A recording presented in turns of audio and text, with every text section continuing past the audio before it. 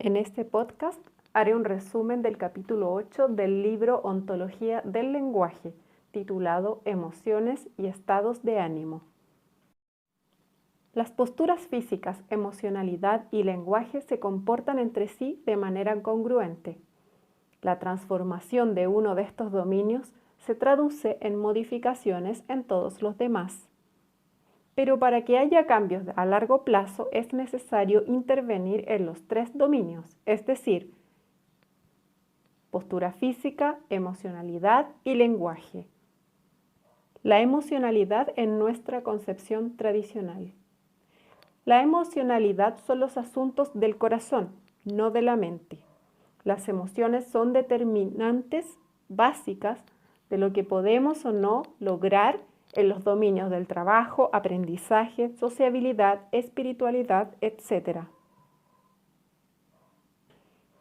La distinción entre estados de ánimo y emociones.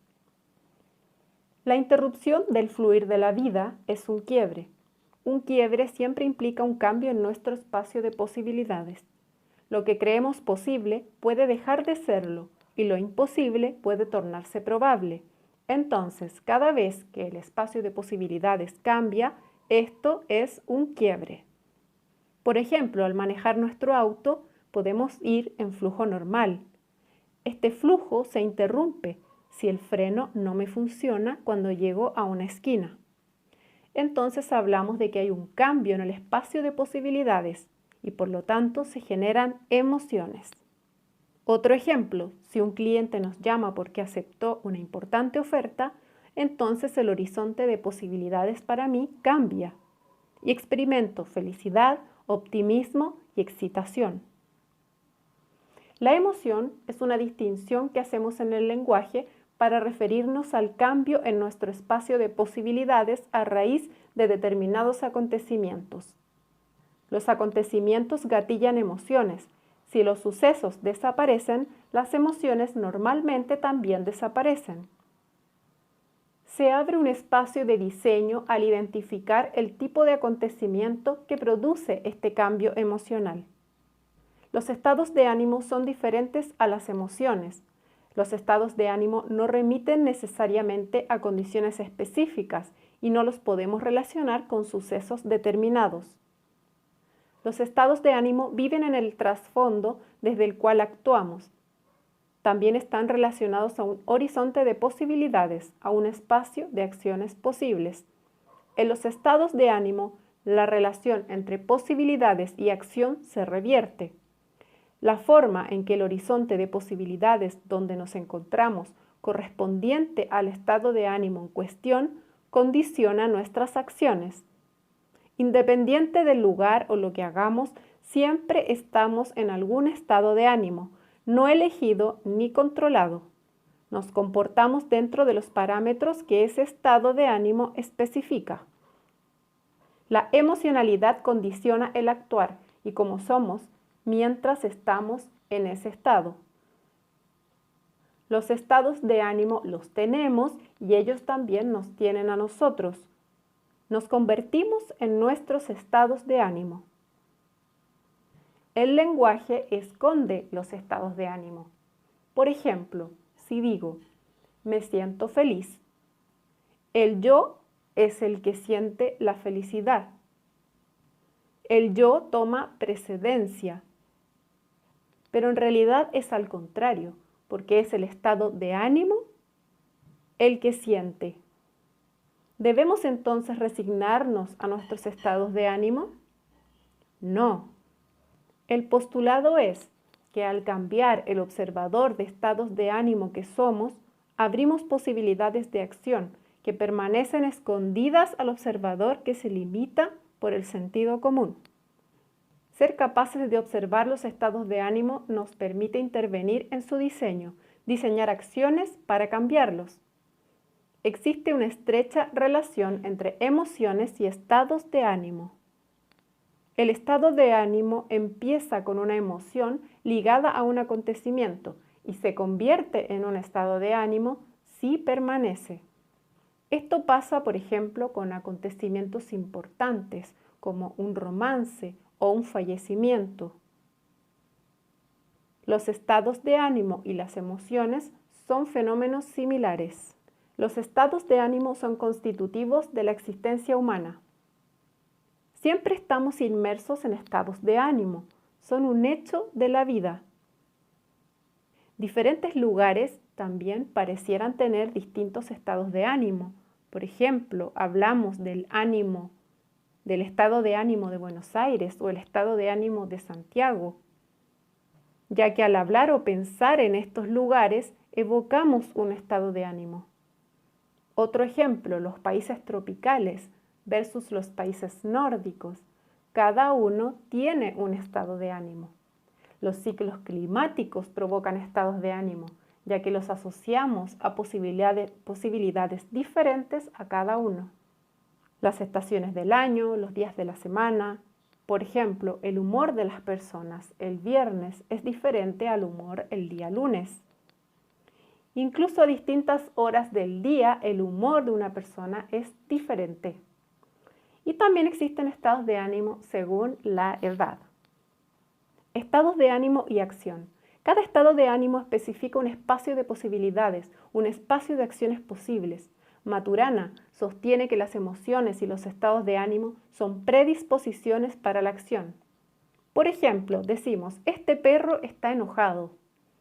Hacemos un juicio sobre el perro, caracterizando su comportamiento y definimos lo que es posible esperar del perro, qué acciones es posible que el perro ejecute en ese estado. Este enfoque es conductivista. En los seres humanos sucede igual, pero el sentir de cada persona es diferente. Por ejemplo, cada uno siente el amor de manera diferente. Hablar de emocionalidad implica hacer distinciones sobre el ámbito de lo posible, asociado a la acción. La rabia, el amor, la culpa, más que referirse a lo que sentimos, aluden a un espacio de posibilidades en el que nos encontramos en nuestro desenvolvimiento en la vida. Estamos especificando el juicio de posibilidad que realiza un determinado observador. En realidad, el jueves no tiene una emocionalidad distinta que el viernes. Es el observador quien establece esa distinción y quien asocia a esa distinción un espacio de posibilidades diferente. La emoción, por tanto, pertenece al observador. Recapitulando, dependiendo del estado de ánimo, ciertas acciones son posibles y otras no. Por ejemplo, si estamos predispuestos a la desconfianza, se estrechan las posibilidades de coordinación de acciones con alguien. El entusiasmo, al contrario, amplía el horizonte de acciones. Los estados de ánimo no solo condicionan las acciones, sino también la forma en que efectuaremos esas acciones, es decir, el desempeño. Cuando conversamos, es importante asegurarse de que el estado de ánimo sea adecuado para lograr lo esperado de la conversación. Esto es importante en ventas, negociaciones, propuestas amorosas, comerciales, etc. Los estados de ánimo especifican un futuro posible y generan un determinado mundo. Son como los lentes con los que observamos el futuro y ese futuro puede ser brillante u oscuro, según los lentes con los que miremos. Cada estado de ánimo trae consigo un mundo propio.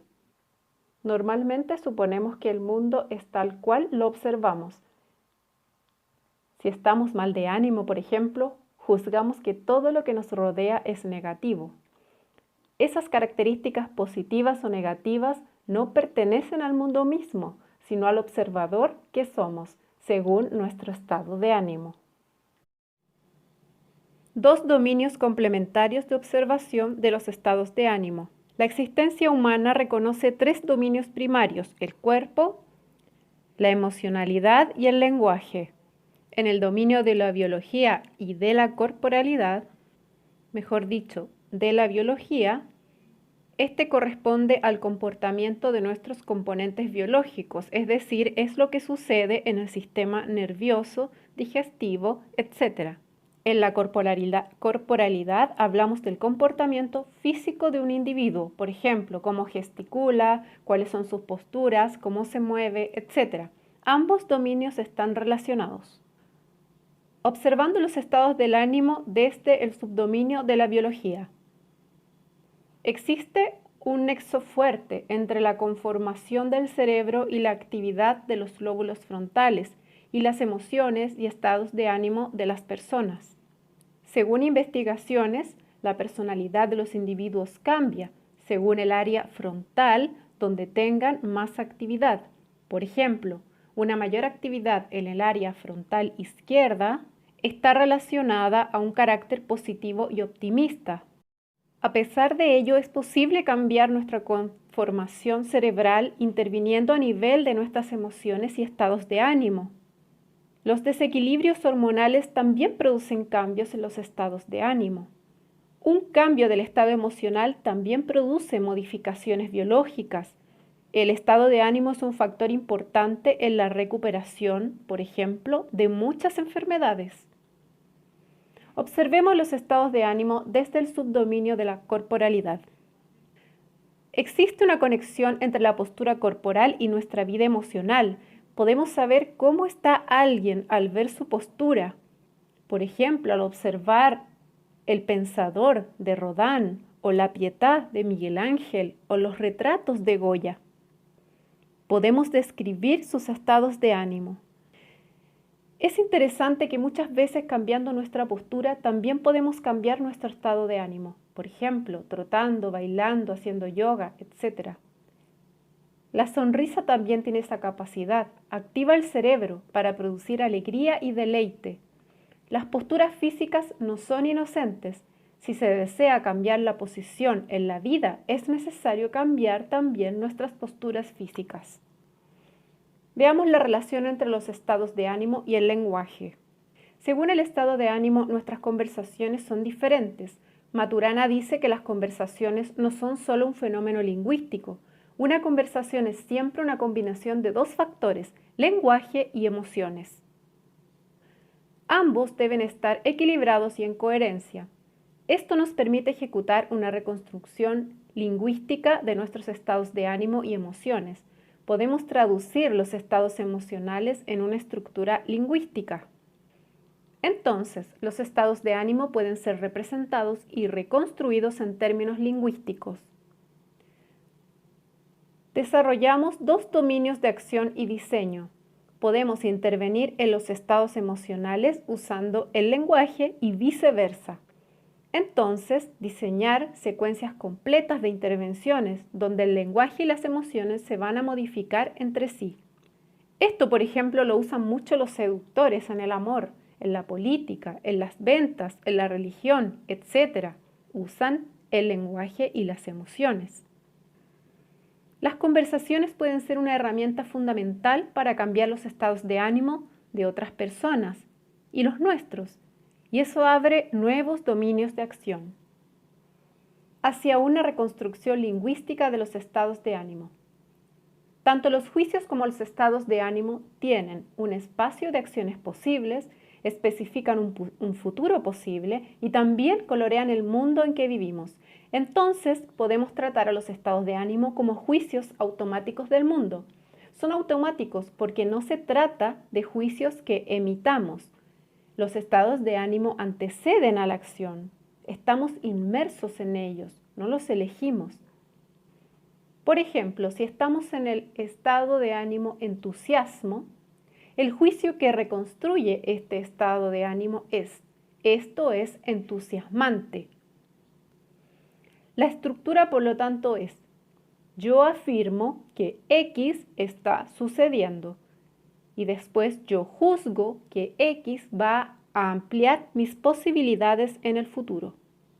Cuando juntamos estos dos actos lingüísticos, generamos el estado de ánimo del entusiasmo. Entonces, si queremos disolver un estado de ánimo, debemos asegurarnos de que esos juicios no se emitirán. Por ejemplo, cuando decimos esto es aburrido. En el caso del aburrimiento, la estructura es: primero, yo afirmo que X está sucediendo. Segundo, yo juzgo que X no va a abrir ni cerrar posibilidad alguna en mí en el futuro. Por lo tanto, cada estado de ánimo genera un mundo particular. Se puede reconstruir cualquier estado de ánimo tratándolos como juicios automáticos. Los estados de ánimo en contextos sociales.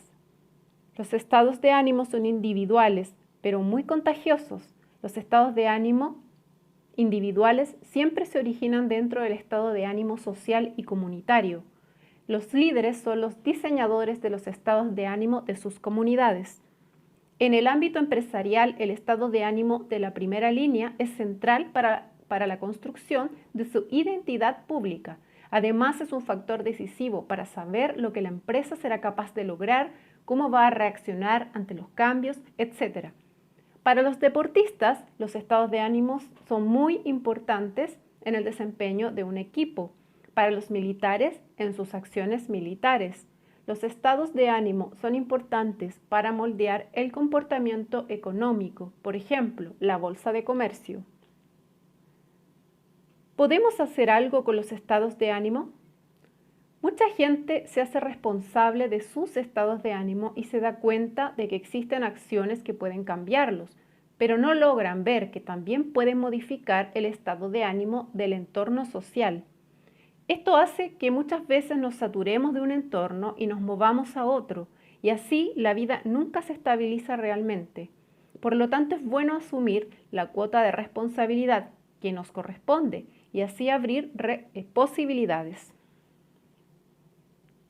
Los estados de ánimo como un dominio de diseño.